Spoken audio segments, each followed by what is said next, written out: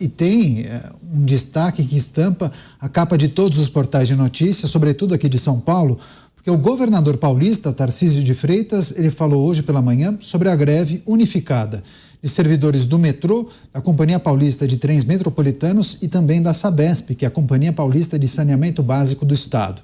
O governador alegou que a paralisação é ilegal e tem motivação política e também afirmou que o movimento descumpriu uma ordem judicial de não paralisar a operação do transporte nos horários de pico. A gente, inclusive, separou esse trecho. Vamos acompanhar. Outra coisa que a gente percebe pela quarta tentativa de greve, essa segunda efetivada, um período curto, claramente é uma motivação política e basta ver os vídeos das assembleias que a gente percebe essa motivação política, a gente percebe o que tem por trás, né? Porque eles deixam muito claros isso, né? Em cada manifestação. Infelizmente, nós temos hoje uma confusão de sindicato com partido político, o controle desses sindicatos por determinados partidos, partidos que já mostram que não têm a menor disposição para dialogar. E que estão pleiteando, por exemplo, eleição municipal ano que vem. Pois é, dia difícil para paulistanos, paulistas e pessoas de outras localidades que passaram aqui pela capital paulista. Então, greve desses servidores da Sabesp, Metrô e CPTM, que são os trens metropolitanos, várias estações fechadas, ônibus lotados, muito trânsito, vários colegas, inclusive, relatando muito trânsito nas principais vias de São Paulo. Dantas, o argumento dos grevistas é que eles são contra as privatizações que ainda serão debatidas. Como você classifica todo esse episódio, hein, Cláudio Dantas? Daniel, eu acho o seguinte, esse tipo de greve, como eu disse antes, ela está sendo utilizada politicamente, há um interesse político por trás. Eu imagino que você vai discutir privatização, tem um lugar certo para discutir, lá na Lesp, inclusive. Vamos discutir na Lesp a privatização. Eu sou a favor de uma economia inteligente. Eu também... olhando, por exemplo, para alguns serviços que o Estado provê, alguns deles, a iniciativa privada não consegue substituir. Não consegue substituir. Por quê? Porque a iniciativa privada, ao assumir algum tipo de serviço público, ela precisa estar estimulada. Ou ela precisa de uma fiscalização muito firme, ou ela precisa ter o estímulo da concorrência. Então, assim, pega aí o setor de telefonia. O setor de telefonia tem o estímulo da concorrência. As empresas de telefonia brigam entre si para tentar pegar e oferecer o melhor serviço pelo menor preço para o consumidor. Você pega uma rede ferroviária, um metrô, por exemplo, você não tem concorrência. Então, assim, como é que você estimula a empresa a prestar o melhor serviço? Esse é um debate válido. Inclusive, os maiores metrôs do mundo são estatais. Isso acontece, inclusive, em relação a empresas de saneamento, por exemplo. Várias delas foram reestatizadas em grandes capitais, em grandes metrópoles mundiais, porque as empresas foram privatizadas, o serviço não foi prestado adequadamente, as tarifas subiram demais e entenderam que, como são serviços críticos, são infraestruturas críticas, porque você mexe naquilo, você desabastece a uma população inteira, você coloca as pessoas sem água, ou sem transporte, sem trabalho. Então, essas infraestruturas críticas, elas precisam ser muito bem pensadas, que tipo de serviço que você pode prestar. Infelizmente, no Brasil, nem o serviço público presta um bom serviço, né?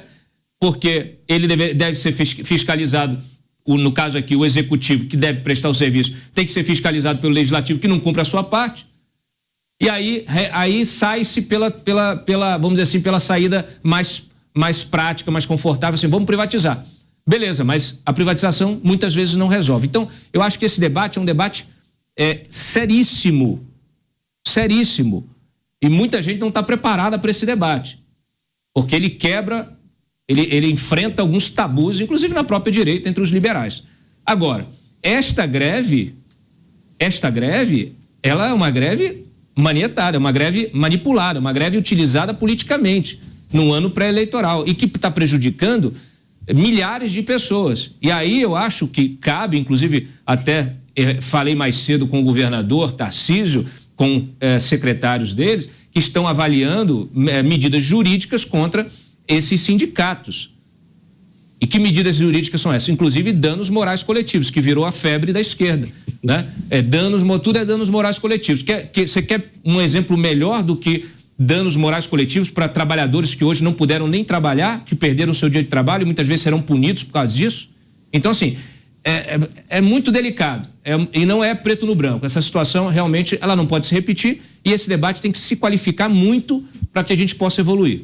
Pois é importante a gente lembrar, você que nos acompanha, muitas pessoas, inclusive paulistas e paulistanos, enviando mensagens sobre essa greve, mas a gente sempre lembra que o direito à greve é assegurado pela Constituição. Só que o mesmo artigo que trata da greve também ressalta e destaca que é preciso ter limitações para respeitar as necessidades, e até o texto coloca aqui, necessidades inadiáveis da população. E o transporte público entra nesse bojo.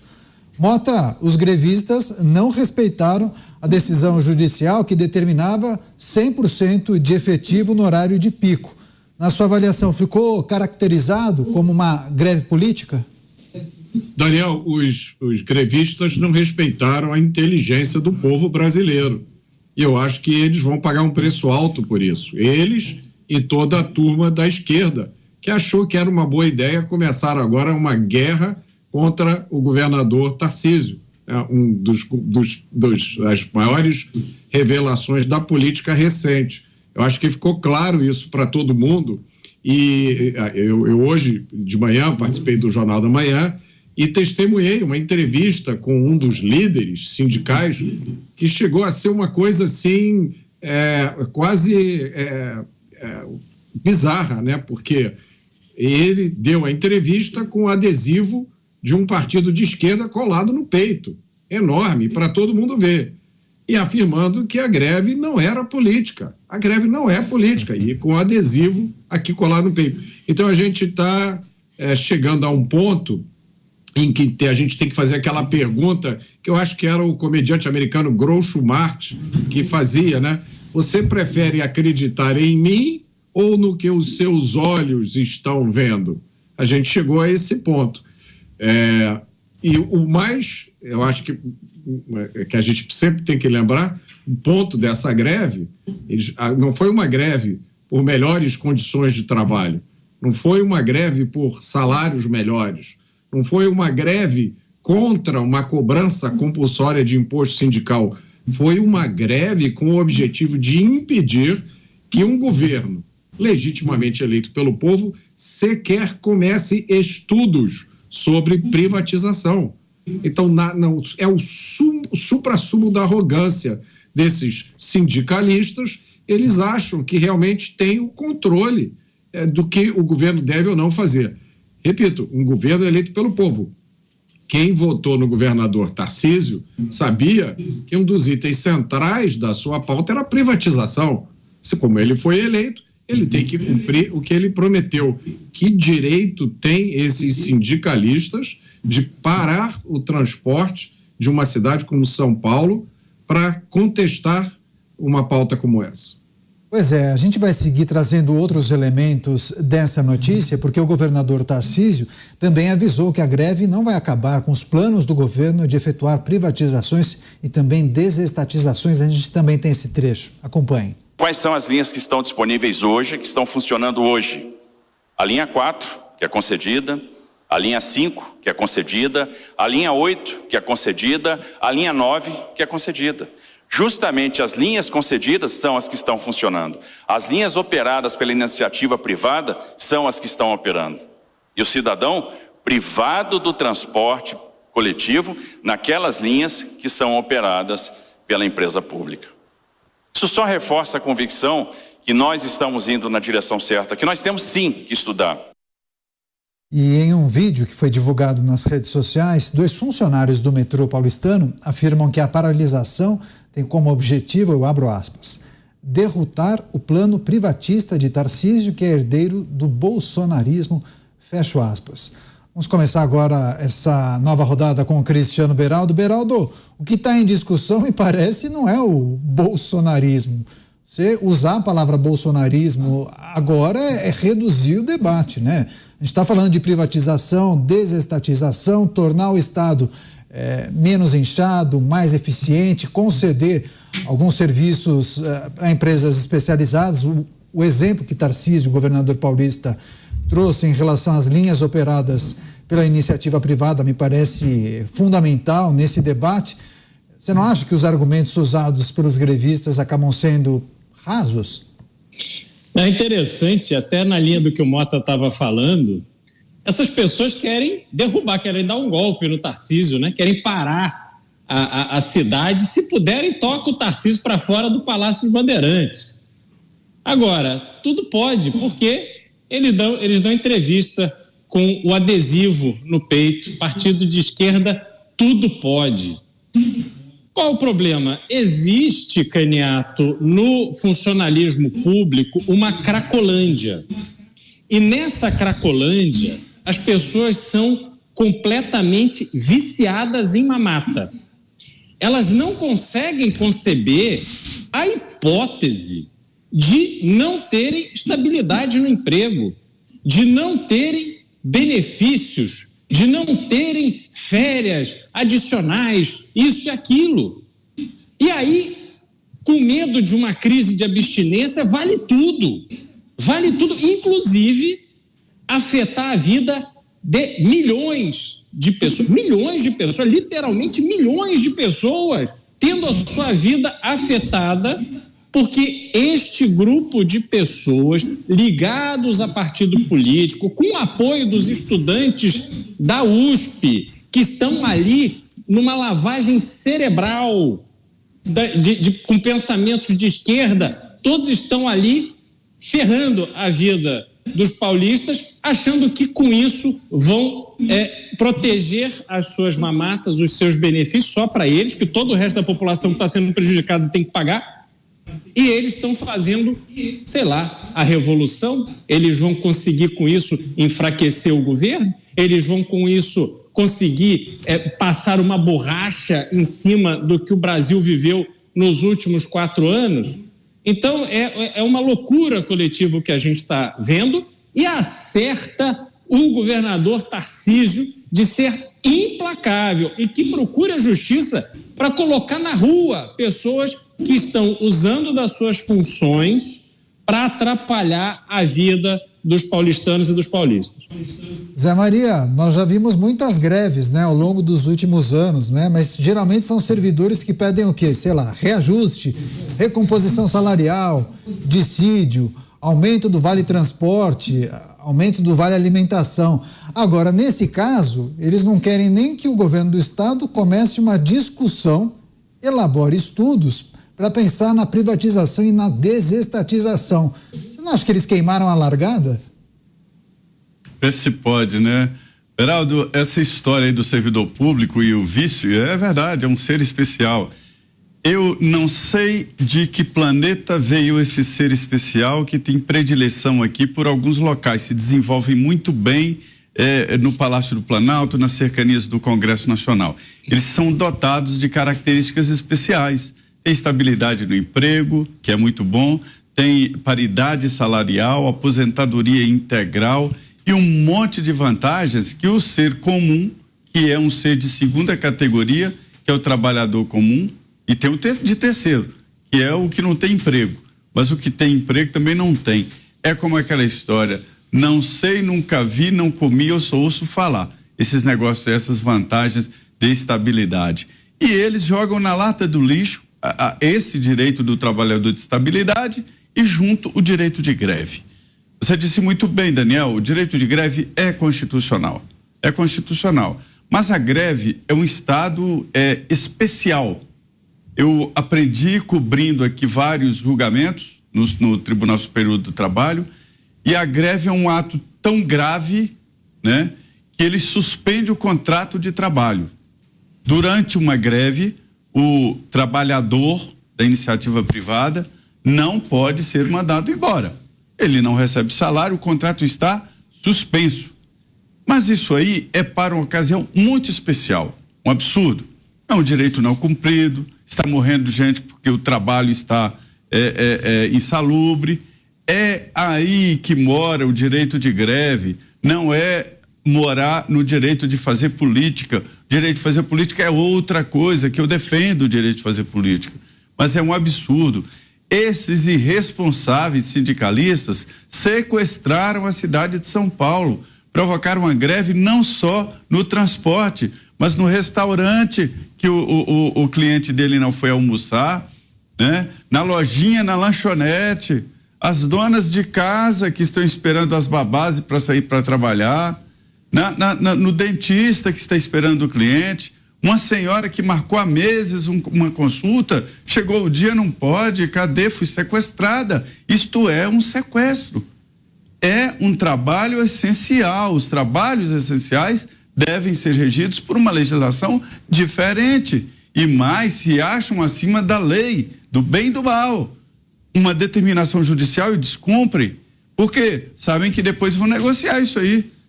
Eu não negociaria.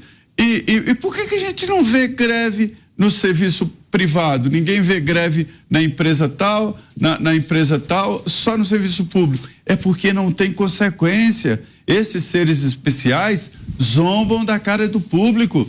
E quando ouvem falar em reforma administrativa, não. Isso é acabar com o Estado, é acabar com o direito de trabalhador público. O que é isso? Greve em direito em serviço essencial, saúde, transporte, educação, é sequestro do direito de cidadania. Mesmo que fosse por um motivo muito forte, era sequestro. Agora, por um motivo fútil, motivo político, é covardia. Esses sindicalistas deviam estar com vergonha. Você que não pôde hoje sair de casa, você que não foi ao trabalho, que não foi ao médico, ao dentista que tinha marcado, você que perdeu o prazo e tinha um emprego à vista, tome raiva desses caras que fazem isso com você. Quem está fazendo isso com você são sindicalistas irresponsáveis. Processo. Não são sindicalistas que defendem a categoria. Isso aí arrebenta uma categoria. Uma greve é uma decisão muito pesada. Eu defendo o direito de greve em situações excepcionalíssimas, porque a consequência é forte, mas a consequência vem para todos e não para o presidente do sindicato, o diretor do sindicato, que convocou uma greve política. Isso é vergonhoso, isso é crime. E vimos isso aqui na cidade de São Paulo, muitas pessoas sofreram, várias pessoas não conseguiram se deslocar para seus empregos, trânsito em grande parte da cidade, ônibus completamente lotados, uma situação caótica, sobretudo nos horários de pico. Dantas, você quer fazer um complemento, né? Mais um giro rápido. Não, é só reforçando o que eu disse antes. Eu acho que o Zé foi no âmago da questão. Esse sequestro, ele é claro, ele precisa ser punido. Esses sindicalistas precisam ser punidos, precisam ser processados. Eu estou esperando o Ministério Público agir. Porque não é possível você causar tamanho dano social e não ser punido por isso. Isso é um dano gravíssimo. E agora, inclusive, estão discutindo a extensão da paralisação. Quer dizer, não é possível. Olha, esse tipo de transporte, como eu disse, esse tipo de serviço, ele é um serviço crítico. Você não pode simplesmente paralisar, inclusive as condições que foram impostas pela Justiça, justamente considerando essa fragilidade, essa necessidade. Então, e que foi descumprido. Quer dizer, você tem um descumprimento também de uma ordem judicial, ou seja, é crime sobre crime. O que os deputados estaduais vão fazer em relação a isso? O que o governo vai fazer? E você, que foi prejudicado por isso, o que você vai fazer? Tem que processar essa gente. Processar civil e criminalmente. Agora, Roberto Mota, a greve não pode ter um ingrediente eleitoral também de não querer dar munição para o governador de São Paulo, não dar munição para a direita, não transformar isso em um ativo eleitoral, um ativo político, porque muitos querem defender o quanto pior, melhor, sabe? Aquela história que a gente já viu em outros tempos, Mota. Agora, por que a privatização ou a desestatização desagrada tanto algumas pessoas, especialmente no campo progressista, hein, Mota? Você trouxe, inclusive, alguns elementos muito interessantes no seu comentário pela manhã no Jornal da Manhã. Como sempre, Daniel, em casos como esse, é uma mistura de ingenuidade e esperteza, né? Esperteza de alguns poucos que sabem muito bem que uma das consequências da privatização é que você retira essas empresas estatais do alcance dos políticos e dos seus amigos. É o que a gente está vendo acontecer hoje no Brasil. Você deixa de poder indicar aquela pessoa a quem você deve um favor para um carguinho no Conselho de Administração, ganhando aí 20, 30 mil reais por mês para ir a 1 ou 2 reuniões por mês. Quando você privatiza, você acaba com isso. Quando você privatiza, você cria concorrência. Então, as empresas são obrigadas a prestar um bom serviço, porque senão elas não conseguem mais clientes, elas falem. Vamos só lembrar, né, para quem não viveu essa experiência, eu vivi num Brasil onde uma linha de telefone fixo custava $5 mil e a fila de espera era de 2 anos. Você pagava os $5 mil e depois esperava 2 anos por uma linha de telefone fixo. Isso acontecia na época em que as operadoras de telefonia pertenciam ao Estado. Depois da privatização, hoje no Brasil, pelo último número que eu vi, nós hoje já temos mais linhas de celular do que pessoas no Brasil. Muita gente ganha a sua vida, depende de um telefone celular para o seu trabalho. É uma ferramenta essencial. Esse exemplo bastaria para mostrar a insensatez que é você se opor à privatização.